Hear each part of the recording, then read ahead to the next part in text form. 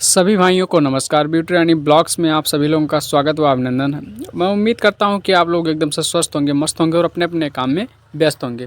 आज का यह ब्लॉग हम लोग अपने जानवरों को के दूध में फैट को बढ़ाने से संबंधित बना रहे हैं। इसमें हम कई बातों की जानकारी लेंगे, जैसे कि जानवरों का फैट कहीं हमारी गलतियों से तो नहीं घट रहा है या ज़्यादा नहीं बढ़ रहा है।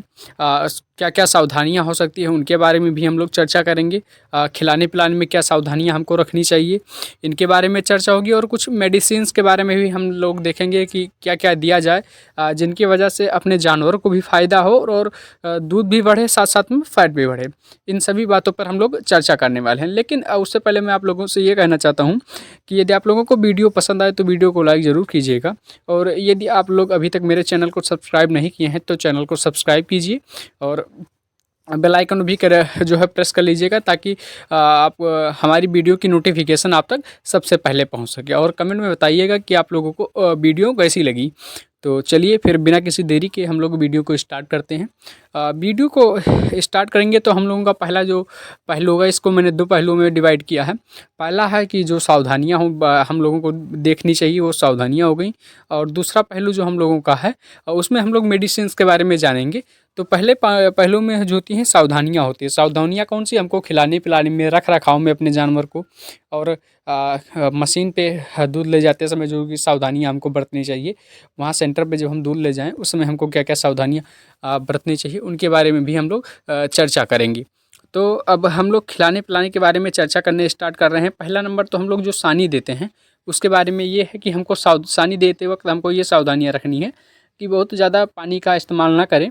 क्योंकि जब आप मिल्किंग से पहले अपने जानवरों को चारा वगैरह देते हैं और बहुत ज़्यादा पानी का इस्तेमाल करेंगे तो इसके वजह से भी फैट घट जाता है। कोशिश ये कीजिए कि ज़्यादा से ज़्यादा यदि आप ड्राई करके अपने जानवरों को खिलाएंगे, सूखा जितना से बढ़िया खिलाएंगे उतना फ़ायदा होगा। और उसके बाद में है खाने से पहले मिल्किंग। ये एक दूसरा नंबर पर मैंने इसलिए रखा है क्योंकि अगर संभव हो सके तो आप सुबह या शाम के टाइम अपने जानवर को नाद पे ले जाने से पहले, मतलब खिलाने, उसको चारा देने से पहले यदि संभव है तो मिल्किंग कर लें। क्योंकि ऐसा है कि कई केस में ऐसा संभव नहीं हो पाता, क्योंकि कुछ लोग बहुत रात में ही जानवर को अपने सुबह के टाइम बांध देते हैं। और दोपहर के टाइम तो चलो संभव हो भी सकता है, लेकिन दोपहर के टाइम भी कहीं कहीं संभव नहीं होता है, क्योंकि कोई 2 बजे बांधता है, कोई 3 बजे अपने जानवर को नाद पे ले जाता है। तो ऐसे में ये भी अगर संभव हो सके आपके पास तो कर ले, और नहीं है तो फिर अगला थोड़ा देखिए। खाने पिलाने में जो होगी ये जो हम लोग खिला रहे हैं उसमें ये बदलाव हमको करना चाहिए कि हम खिला क्या रहे हैं अपने जानवर को। खुद का फीड खिला रहे हैं तो खुद के फीड में हम लोग क्या क्या दे रहे हैं, क्या क्या हमको देना आवश्यक है। जैसे किसी एक प्रकार का दाना देंगे तो भी समस्याएं आने लगेंगी, तो उसको जो फुल प्रोटीन चाहिए था वो मिल नहीं पाएगा, तो उस पे भी हम लोगों को ध्यान देना है। दूसरा है पानी। अगर आप दूध मतलब मिल्किंग के करने से पहले अपने जानवर को पानी पिला रहे हैं घंटा 2 घंटा पहले, तो इसके वजह से फैट अवश्य घट जाता है, फैट एसएनएफ दोनों घट जाते हैं, जिसकी वजह से हम लोगों को नुकसान होता है। तो कोशिश यही रखिए कि मिल्किंग के बाद पानी पिलाइए, और या उसको आप 3-4 घंटे पहले पानी दे दें। और उसके बाद है आप मिल्किंग के तुरंत बाद जो होता है अपने दूध को सेंटर पे ले जाएं, या उसके 15-20 मिनट बाद ले जाएं। आप ऐसा करके देखिए कि एक दिन आप मिल्किंग तुरंत करें और मिल्किंग के तुरंत बाद अपने दूध को सेंटर पे पहुंचा दें, और देखें उस समय फैट क्या आ रहा है। और जो होगा, और कुछ दूसरे दिन आपको ये करना है कि अपने दूध को लगा के रख देना है कुछ देर, 15-20 मिनट बाद सेंटर पे पहुंचाइए। तब देखें कि दूध जो फैट एसएनएफ पे आ रहा है। यदि आपका दूध ठंडा होने पर फैट एसएनएफ बढ़ रहा है तो आप दूध को थोड़ा देर रख के फिर लेकर जाएं। और यदि आपके दूध में जो होता है, जब आपका दूध ज़्यादा गर्म रहता है उस समय फैट एसएनएफ बढ़ता है, तो आप मिल्किंग के तुरंत बाद अपने दूध को सेंटर पे लेकर जाएं। तो ये आप लोग देख सकते हैं। दूसरा है मशीन में हम लोगों को क्या सावधानियाँ रखनी चाहिए।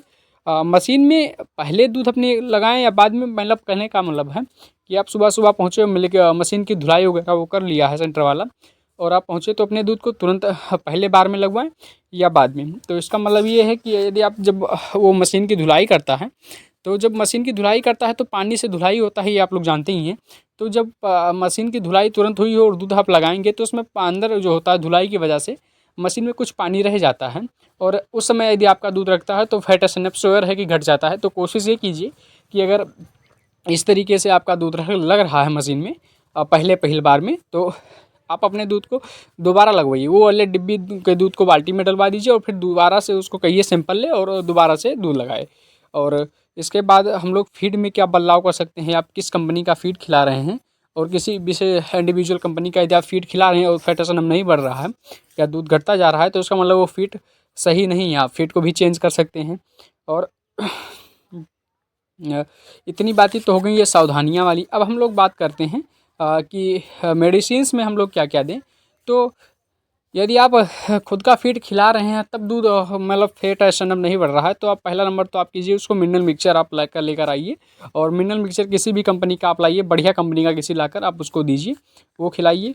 और उसके बाद में एक उससे उसको दे सकते हैं, या आप मीठे सोडे का यूज़ कीजिए। मीठे सोडा से आपके जानवरों में मैंने एक वीडियो बनाया है कि मीठे सोडे का क्या क्या फ़ायदा हो सकता है, वो आप देख सकते हैं। एसिडिटी होती है, इन सब को चीज़ों में बहुत फ़ायदा करता है और फैट एसएनएफ भी बढ़ता है, साथ साथ में दूध भी बढ़ता है।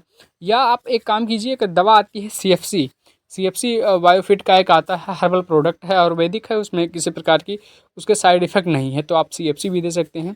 या आप अपने फीड, मैंने बताया ना कि जिस कंपनी का आप फीड दे रहे हैं यदि उस कंपनी की फीड से आपको ना दूध बढ़ रहा है ना फैट एसएनएफ बढ़ रहा है तो इसका मतलब फीड गड़बड़ है, आप फीड चेंज कर सकते हैं।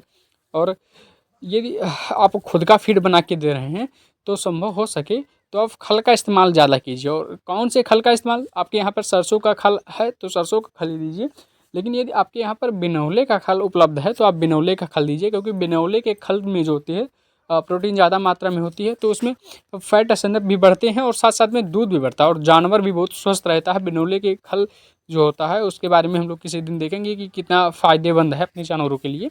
तो बिनौले के खल संभव यदि हो सके तो दीजिए, नहीं हो पा रहा है तो आप सरसों का खल भी इस्तेमाल कर सकते हैं।